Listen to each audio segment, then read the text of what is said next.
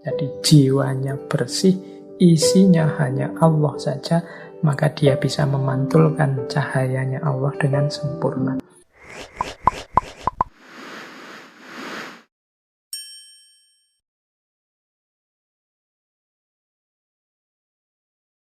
Imam Ghazali menjelaskan cahaya itu tentunya cahaya secara spiritual.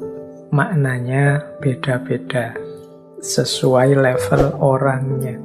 Imam Ghazali di banyak teorinya sering sekali membagi level manusia di 3 macam ini. Ada awam, ada khawas, ada khawasul khawas.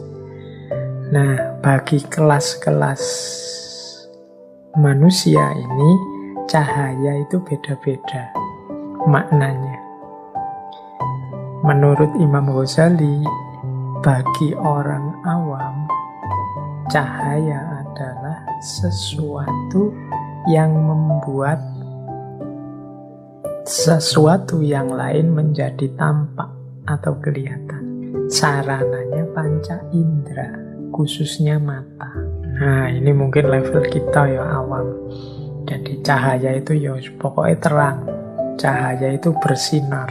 Cahaya itu pancaran tadi gelombang elektromagnetik. Jangan lupa, kadang-kadang orang awam ini ya memang terbatas begitu, sehingga Allah itu kadang-kadang menampilkan ayat-ayatnya tentang cahaya, menunjukkan bukti kuasanya tentang cahaya itu secara wadak. Ya memang bermakna cahaya. Karena bagi orang awam tertentu susah untuk memahami cahaya di level lebih tinggi. Ya ngertinya cahaya itu terang. Mungkin teman-teman sering lihat ya kalau dalam ilustrasi-ilustrasi, ya tidak harus Islam, ilustrasi spiritual, mistik itu, tokoh-tokoh spiritual itu selalu digambar. Misalnya ada close up itu belakangnya dibikin terang bersinar seperti cahaya itu, dan di situ terus kita memaknai, oh ini bercahaya, orang suci. Mengapa gambarnya dibikin begitu? Ya karena yang dihadapi orang awam. Ngertinya bercahaya itu ya dibuat terang, belakangnya dibikin kayak ada lampunya dalam gambar, sehingga orang menganggapnya, oh inilah orang suci yang wajahnya bercahaya atau kepalanya bersinar bercahaya. Nah ini itu ilustrasi versi awam. Cahaya itu seperti itu. Kadang-kadang Allah juga menampakkan yang seperti itu. Misalnya kan ada riwayat Robi'ah al-Adawiyah itu, sufi perempuan yang kita semua insya Allah kenal. Itu kan dulu dibebaskan oleh majikannya. Ketika suatu malam majikannya melihat beliau sedang beribadah dan bercahaya tubuhnya. Nah ini cahaya yang semacam ini di kalangan sufi, di model orangnya kelihatan langsung cahayanya, itu pastinya seizin Allah untuk mengajari kita. Karena akal kita, penangkapan kita tidak nyampe dengan makna cahaya yang lebih dalam. Kita ngertinya cahaya itu yang murub, memancar, kelihatan nyata.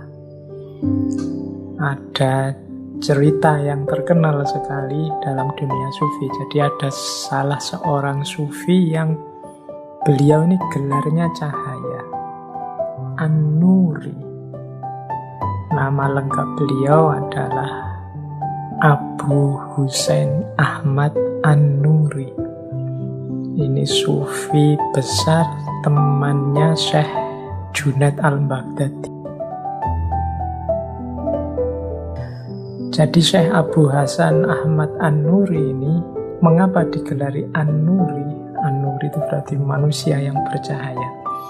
Karena ada riwayat beliau ini kalau bicara, misalnya ruangannya gelap sehingga tidak kelihatan apa-apa, dari mulutnya keluar cahaya sehingga satu ruangan terus terang benderang. Mungkin pernah ada cerita beliau sedang berceramah atau memberi nasihat dan dalam gelap gulita, tapi dari mulut beliau keluar cahaya sehingga ruangannya jadi terang benderang. Ada riwayat begitu. Ada juga riwayat yang menyatakan ya beliau ini punya satu tempat khusus di tengah padang pasir untuk kholwat sepanjang malam.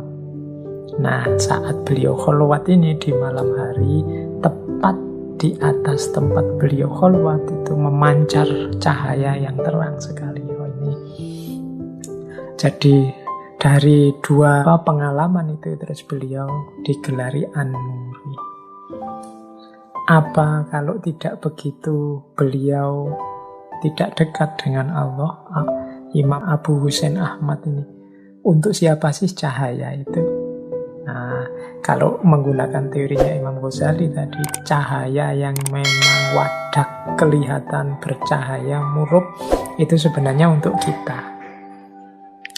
Jadi itu bukti, itu mungkin ayat, itu mungkin petunjuk Allah untuk kita, untuk menunjukkan pada kita, untuk mengikuti kebaikan-kebaikan, mengikuti amal soleh, mengikuti beliau, para kekasihnya. Kalau para kekasih itu sendiri sebenarnya mungkin tidak butuh cahaya-cahaya yang semacam itu. Kitalah yang butuh untuk bisa mendeteksi di mana para kekasih Allah itu adanya. Nah, sehingga oleh Allah memang ditampilkan dalam bentuk wadak yang verbal, ada cahaya yang memancar. Nah, ini meladeni kita yang makomnya masih awam. Kita biasanya kalau ketemu yang luar biasa seperti itu kan baru terus ikut, baru terus percaya. Kalau tidak ada itunya tidak percaya duluan. Jadi ini makna cahaya level pertama. Kita butuh ada cemelorotnya, kita butuh ada terangnya, ada memancarnya, baru kita percaya kehadirannya, tajallinya Allah. Itu makna dasar yang pertama. Ada makna kedua. Ini nur bagi khawas. Nur bagi khawas ini jalannya adalah pemahaman, sarananya akal. Jadi ini menangkap kebenaran, menangkap hidayah. Nur tadi kan maknanya hidayah. Menangkap petunjuknya Allah dengan jalan akal. Bagi teman-teman yang tekun belajar, mencari ilmu, mengejar hikmah, ini sebenarnya kita sedang mencari cahaya, mencari hidayah di level kedua. Jadi level orang-orang khawas. Jadi memahami cahaya Allah lewat jalan akal, dengan jalan belajar, dengan jalan mencari guru, dengan jalan membaca kitab, dan lain sebagainya. Nah, ini kita sebenarnya sedang mengejar cahaya di level khawas, sarananya akal. Apa bisa? Bisa. Jadi akal kita itu ya perangkat yang istimewa, yang dianugerahkan oleh Allah. Pastinya juga bisa mencapai dan menemukan kebenaran. Oke, kalau ini level kedua. Ada level ketiga, yaitu makom khawasul khawas. Makom khawasul khawas ini kesannya yang kita pahami selama ini, kalau versinya Imam Ghazali selalu makom para kekasih Allah, orang-orang yang dekat dengan Allah. Ini adalah orang yang menemukan cahaya lewat jalur sufi saat mereka mengalami kasyaf. Sarananya adalah kebebasan. Bebasnya akal dari khayalan, dari waham, dari pandangan-pandangan yang duniawi dan lain sebagainya. Jadi jiwanya bersih, isinya hanya Allah saja, maka dia bisa memantulkan cahayanya Allah dengan sempurna. Kalau ini namanya nur bagi khawasul khawas. Ini makom yang tinggi para kekasih Allah. Jadi cahaya itu ada nur di level awam, ada nur di level khawas, ada nur di level khawasul khawas. Ini bisa dibahas di Mishkatul Anwar.